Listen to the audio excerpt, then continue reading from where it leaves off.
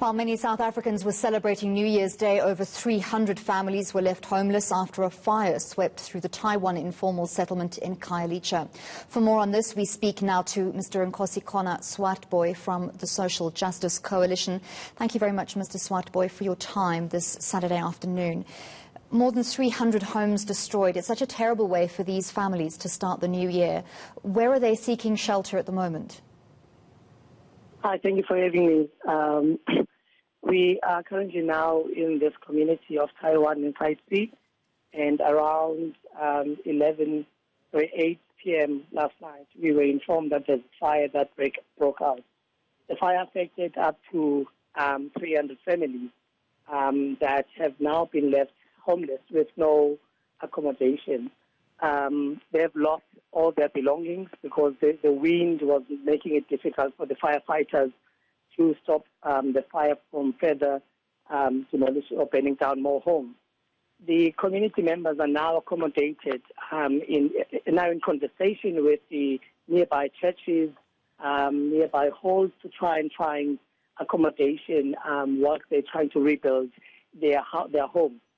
I think one of the things that came out from the meeting we had earlier today at 3 with the City of Cape Town and also in the morning, we informed that the city will no longer be giving emergency kits to the victims of the fire because they've made an announcement earlier late last year that they have run out of funds to support victims of fire, and that came as a shock to us because during COVID, when the second wave is rapidly increasing, and the home being the first line of defense during this pandemic, that people now are having to find themselves on the streets with nowhere else to go. And they will have no choice but to have or to use the churches as the only accommodation that they have in the halls. And we can anticipate an overcrowding there. And we can also anticipate that more people might, infect each other with COVID for those who have tested positive, because there's no other place to isolate for them. So am I understanding you correctly? You're saying that local authorities have absolutely no budget to assist these families in any way whatsoever?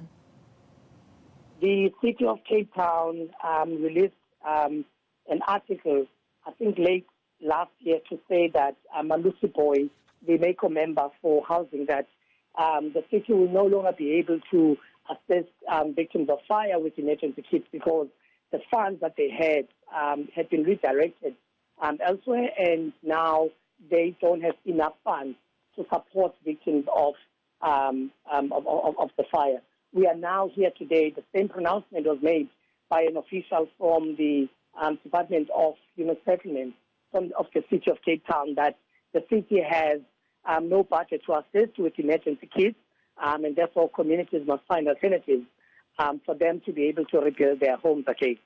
Mr. Swaartbooi, I also saw on Twitter that some people are unhappy because the fire station is less than 3 minutes away from this community, and yet the fire still did so much damage. Were firefighters delayed in getting to the scene?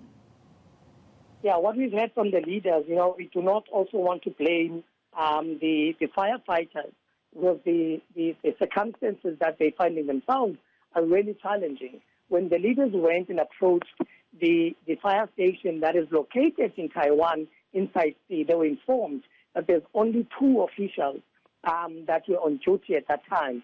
And they were scared that, going to a neighborhood like Site C at night, only being 2 people would also put their lives at risk, that they might be targeted in some way. The police came to assist them, to escort them to come and assist, but they were not able to assist because they had told the leaders that there were only 2 of them that were available. The community then had to wait for other firefighters to be dispersed from other fire stations to come and assist in Khayelitsha. And so I don't want here to make it or to blame the firefighters, but also I think we should also look at the resources they have at their disposal.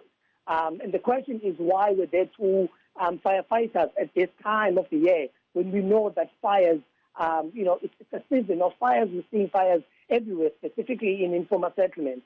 And so I think that should be the question that perhaps we should be asking ourselves as to why were there only 2 firefighters, if that's the case. But that is what the leaders were told at the time when they approached the fire department. Well, thank you very much for taking the time to speak to us. That was Mr. Nkosikhona Swaartbooi from Social Justice Coalition. We do know the difficult circumstances firefighters and emergency personnel work under, especially during this pandemic. We hope those 300 families find some assistance from the community and religious organizations.